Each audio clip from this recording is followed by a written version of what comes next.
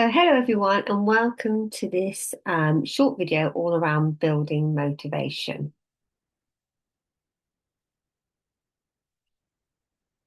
So we're going to start just by looking at a few different quotes by elite coaches and elite athletes.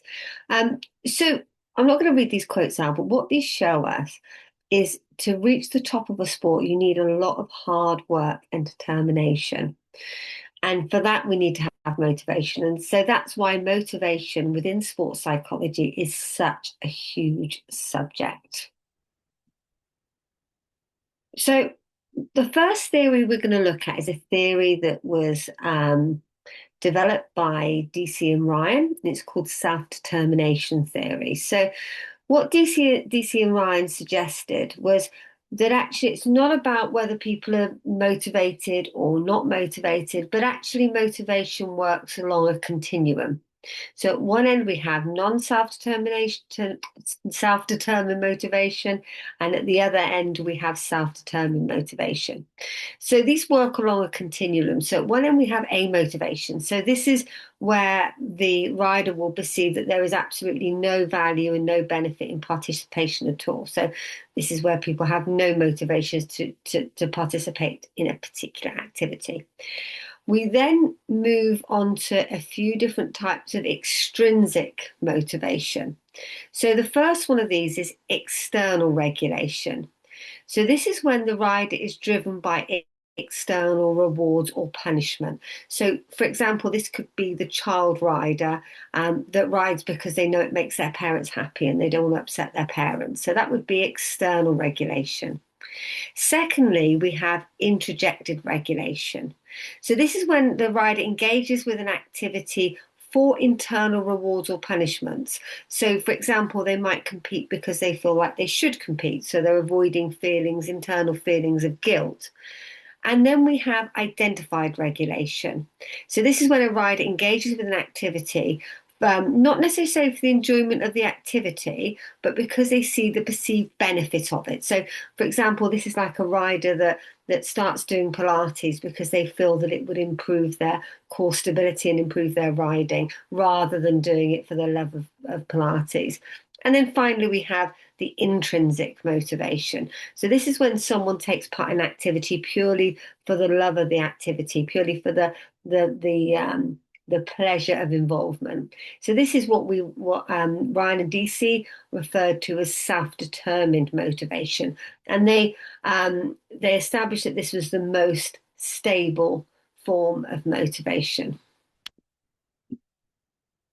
So again, what Ryan and DC proposed was for a rider or an athlete to experience self-determined motivation, three basic psychological needs needed fulfilling. So the first of these is competence. So this is around having confidence in your ability and the ability to improve. So ultimately, you're not going to feel very motivated to work towards a goal that you don't really think that you have the ability to achieve.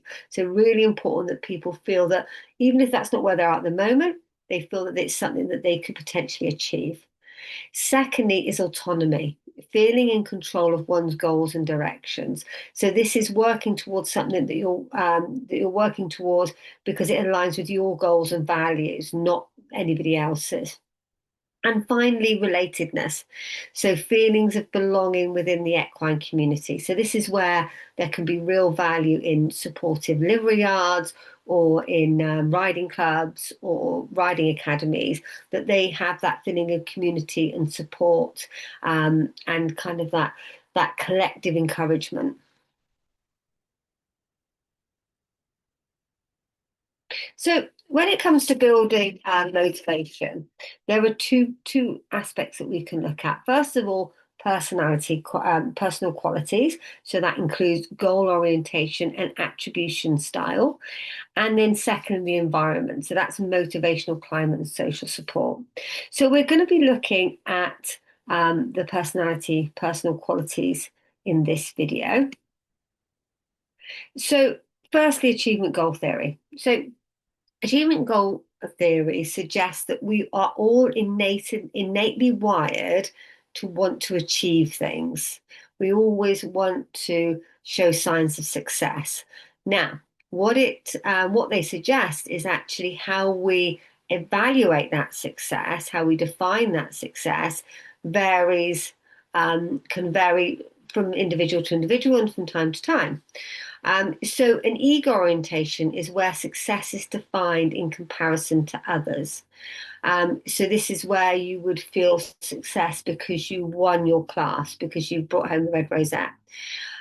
Now, ego orientation can be linked to loss of motivation and resilience, particularly when the perception of ability is low. So, ego orientation can be a good source of motivation, but it's dependent on external factors. So, say, for example, you're competing at a dressage competition and you're warming up in the warm up arena and you're looking around the warm up arena thinking, wow, my horse is going really well. I feel like I'm the strongest rider here. You're going to feel very motivated. However, if you're warming up in the arena and you see these pro riders bringing their young horses and you feel like everybody else is a better rider than you, you're suddenly going to experience a loss of motivation. So ego orientation can be a form of motivation, but it's not a very stable form of motivation. It's linked to feelings of defensiveness and fear of failure. Because if you are validating yourself through winning or beating others, then actually you don't really want to put yourself into a position where you're going to risk not bringing home a good placing. So, say for example, you're riding at prelim level, and you're always placing in the top three.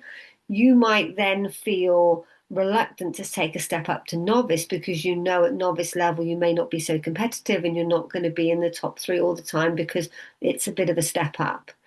Now, in contrast, mastery orientation is where an individual defines success by personal improvement. So this is where they look at where they were a month ago, 6 months ago, and they look at their own progression. So this is linked to high motivation and resilience. So it's a more resilient, stable form of motivation because it doesn't matter what else is going on around you because it's all about the things that are within your control. So therefore, it's linked to positive emotions in the face of challenge.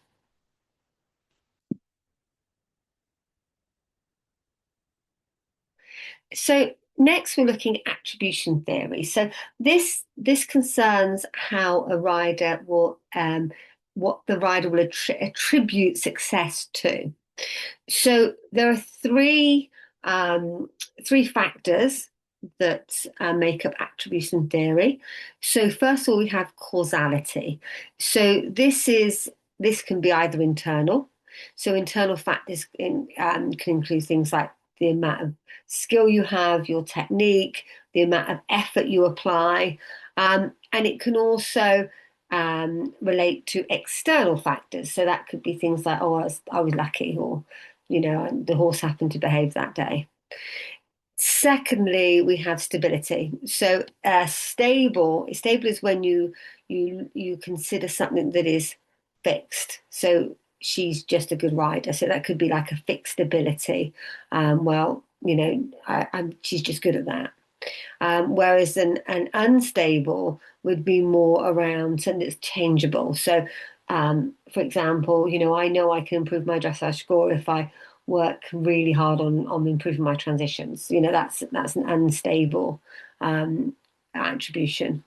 And then finally, controllability. So again, these are things that are within your control versus the uncontrollable things that are outside of the rider's control. So we have a few examples here. So this rider here on the top left, the judge only likes warm bloods. So we can't say for sure whether that's true. Maybe the judge does have a preference for warm bloods. We don't know. But the important factor here is taking on that, is making that your focus, helping you build motivation that's going to help you improve and progress. So if the focus is on, well, I didn't do well because the judge just doesn't, she only likes warm bloods and I have a thoroughbred and Arab, that's not very motivating because that's not something that's within your control. Whereas the rider in the top right-hand corner, he says, I need to work on my accuracy. So they could go and do a dressage test and they could score poorly because they're circles are very square or they were off on the center line, and they can go and go, okay, so I can appreciate that that's something that I can work on and progress and improve.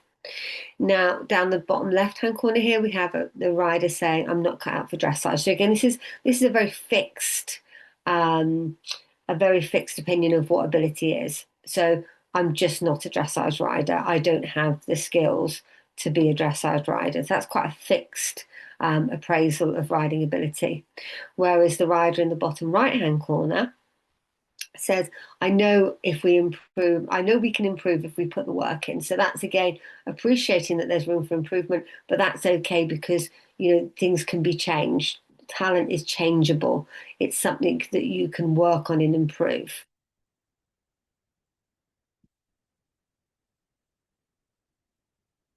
So I'm going to just putting a few actionable steps now that can help you build motivation. So firstly, focus on short-term goals. So I always say to my riders, have huge ambitions, that's great, but focus on short-term goals because short-term goals give us opportunity to celebrate wins and they're more motivating. Whereas if a goal is a long way off, it can be difficult to maintain that level of motivation before you get to celebrate the win. The second one is focus on setting goals that are around things within your control. So that comes back to attribution theory. So if you're trying to set goals around things that, so say for example, it's better to set a goal around having a clear round or having a particular dressage score than it is about about sort of placing or beating other people because these are things that are within your control. Number three is embrace feedback as learning opportunities, even when they don't go well. So we all have days when things don't go quite well. Even the best riders have days when things don't quite go according to plan. It's how you then move forward from that that makes the difference. So do you take the learnings and structure your focus moving forward so that you can learn and progress, or do you lose that to kind of beat yourself over the head and experience a loss of motivation. And then finally, take time out to reflect and celebrate achievements, even the little ones. So, as riders, we're really good at telling people what we don't do very well, and not so good at saying what we do well. So, really important that again, with those short-term goals, we take time out to just recognize the progression we've made. So I'm going to leave you with a little story that sums up attribution really, really nicely. So during an important golf tournament, the great golfer Gary Player found himself in a sand trap. A particularly challenging shot was demanded. He rehearsed the shot mentally a couple of times, focused all his powers of concentration. The club kissed the ball sweetly, and in a spray of sand, the ball flew into the sky, hung for a moment in the air and descended, bounced twice, and came to rest half a metre from the pin. As he walked towards the green, a spectator heckled, "Hey, Gary, that was a lucky shot." Gary Player stopped and turned to the man. "I guess you're right," he said. "But it's a funny thing. The more I practice, the luckier I get." So, on that note, I'm going to say thank you very much for listening, and I look forward to seeing you all again soon.